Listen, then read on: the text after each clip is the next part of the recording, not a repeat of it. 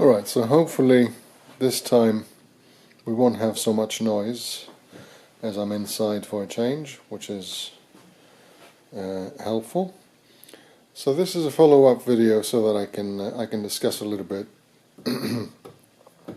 this J-Bates inspired Moxon Vise that I have modified so that it fits a Festool MFT 3 table. So I have been using it for a couple of years now, and I have no major complaints about it. So it has allowed me to have a vise for my Festool table, but I will discuss a couple of things that I'm not very happy about. So in terms of how it works, I will also take it apart so that I can show how it actually works on the other side. It's a very easy to adjust design because of the pipe clamps. So I can slide the clamps as well in order to fit something else, something at a different thickness. And if I take something to clamp from here, from my pile,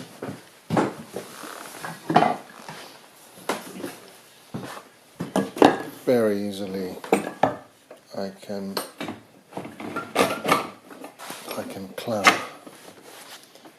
and adjust.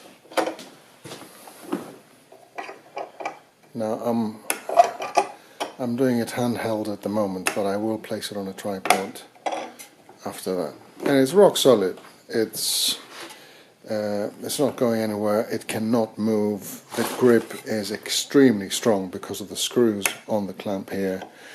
I mean, when you're using a Festool MFT freestanding, the first thing that will be wobbly is the MFT itself. It's not going to be the clamp or its clamping. That's why I always suggest for people that have MFTs to actually butt them against a solid wall. Otherwise you will have that flimsiness. Okay, so this is the first part, and now I'm going to change the angle and disassemble the vise in order to discuss a little bit its design. Alright, so now I've taken the clamp apart, the vise I should have said, apart in order to show the main components of it. So obviously we have the two clamping blocks, and both of them are drilled for the diameter of the pipe. Okay, and the back one also has two smaller holes, and they have some threaded inserts, and I will explain how these work. The pipes, pretty straightforward. This is a standard pipe clamp fitting, and the pipe, you can use whatever diameter you find in your country. Funnily, I did use an imperial kind of system pipe here in the UK. It's not that easy to find, but I got them off eBay because I wanted to because I had a large number of the fittings that were imperial based for the pipe clamps. So the whole essentially tricky thing to create is the fitting that fits on the extrusion of the MFT table. But it really isn't that sophisticated. I will explain how it works, and of course obviously the only modification you have to do to the actual pipe clamp is to do two holes on the clamp fitting so that you can mount those onto the MDF. But this is extremely easy to do on a pillar drill. This is very soft iron and it goes through like butter, so it's not a problem at all. And the smaller holes here, again I will explain how these interface with the threaded inserts on the other side. So if I had to assemble, now actually before I assemble it, I'm going to demonstrate how this thing, how I created this thing. So if I put it here, I didn't get any measurements. I very crudely started with this MDF, created one little well, it's not dado, it's a groove. I always try to use dado, but it's exactly it's the opposite. That is a dado. So I created a groove here, and I did that with a router bit, and then I finessed it with a little router plane that I have, and I kept planing this until I had a good fit on the extrusion. I mean, I'm sure that there must be information out there that gives you the actual profile, but you'll see that it's actually a crude thing. I did it until I was happy, so I would use a little rabbiting plane and eat a little bit out of this until I had a good fit onto the extrusions for both of these oak rails, and that's all there is to it. But I'm sure that if you go onto the Festool Owners group, or if you a website, or if you go into the components factory, the design factory, how they call it for SketchUp, there will definitely be a proper design for the aluminum extrusion for the MFT table.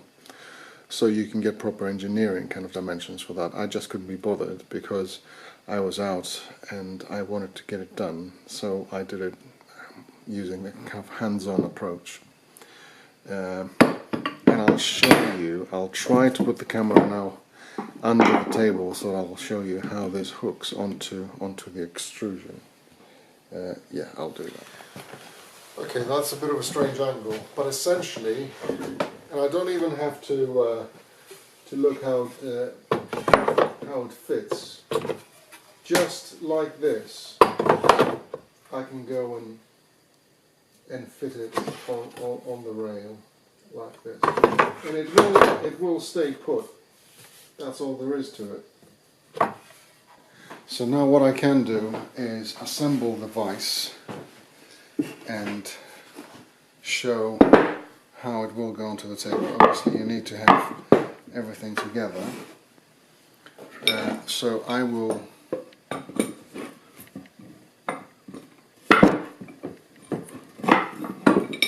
take the pipes,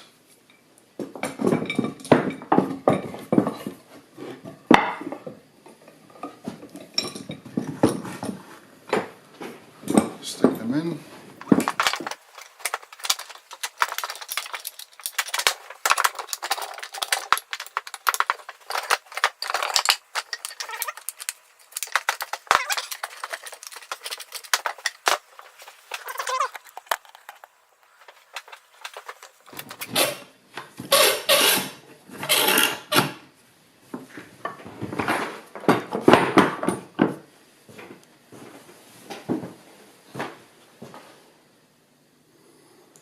Great.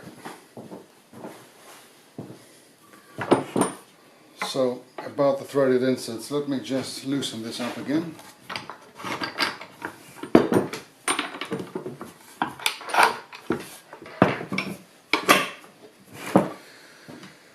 So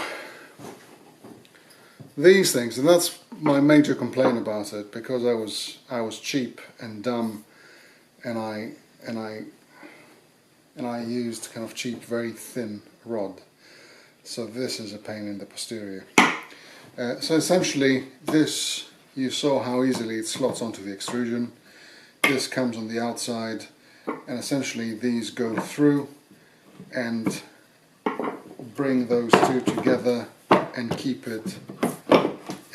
those clamped onto the extrusion so that it doesn't go anywhere. And it works very well. The problem with my design is that this threaded rod that I used is an M4, I think, and it's too thin, and you have to do too many turns in order to actually thread the whole thing in and tighten it. And that's because I was lazy. I couldn't wait until I go to the hardware store and get something more substantial like M8 or M10 actually, and I just went for what I had. And of course this thing needs a lot of work, and you cannot put so much torque on it, which is annoying. But once that is in, essentially you keep turning those until the whole thing is tight. And I don't see why. I mean, initially I wanted to use these knobs and all that nonsense mainly because I was very keen on making knobs as part of the kind of making ethos and everything like that. But you don't need that. You really don't need that. You just need a proper lag screw. No, actually not a lag screw. You need a proper machine screw to go into a threaded insert, and use a socket with a socket adapter for your driver, and do it in a couple of seconds, and then you have a rock solid vise that can be mounted in seconds. If you're just going to mount it once and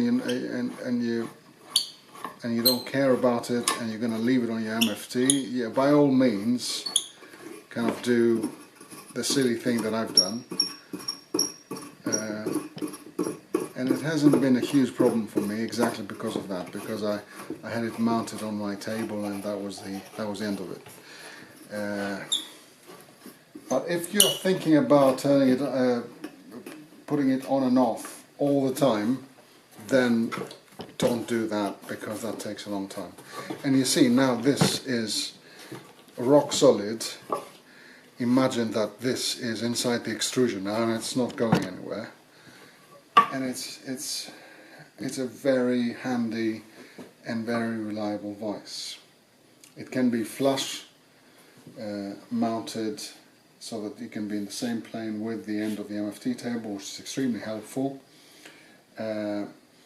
Depending on the material that you use for this, it can become extremely heavy. So this is laminated oak kitchen top, so this is very heavy stuff. So it's not, it is something like 25, 30 pounds, 15 kilos. And that's why in a different video I've shown why I have installed wheels on my MFT table, because it was making the whole thing too heavy and I didn't want to lift it. So I was wheeling it around in order to take it out of my shed. So this is how the vise works.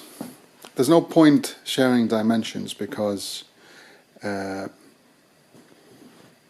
you can make it as big or as short as needed. Obviously it'd have to be within the dimensions of the extrusion for the table, depending on whether you want to put it on the long side or the short side. But just if you're curious, I can give you a couple of dimensions, and I'll use a combination ruler so that you get it in metric in inches. So the whole top is 63 centimeters, which is about 25 inches. The back side, which as you can see is shorter, is about 44 centimeters, which is about 17.5 inches. For what I wanted, I mean, the whole pipe is about 500 centimeters, about 20 inches, and the actual height of it is about 6 inches, about 50 centimeters. And it has worked for me. So I hope that you found this helpful. I'm sorry that it has taken so long to post the follow-up video, but life takes over, and what I'm doing now is I'm actually building a studio. I've built one of the two rooms, and this has kind of taken most of my time. So now I'm getting ready to build the second room and the recording booth and tracking room. So that will be hopefully coming soon. Thanks very much for watching. I will see you later.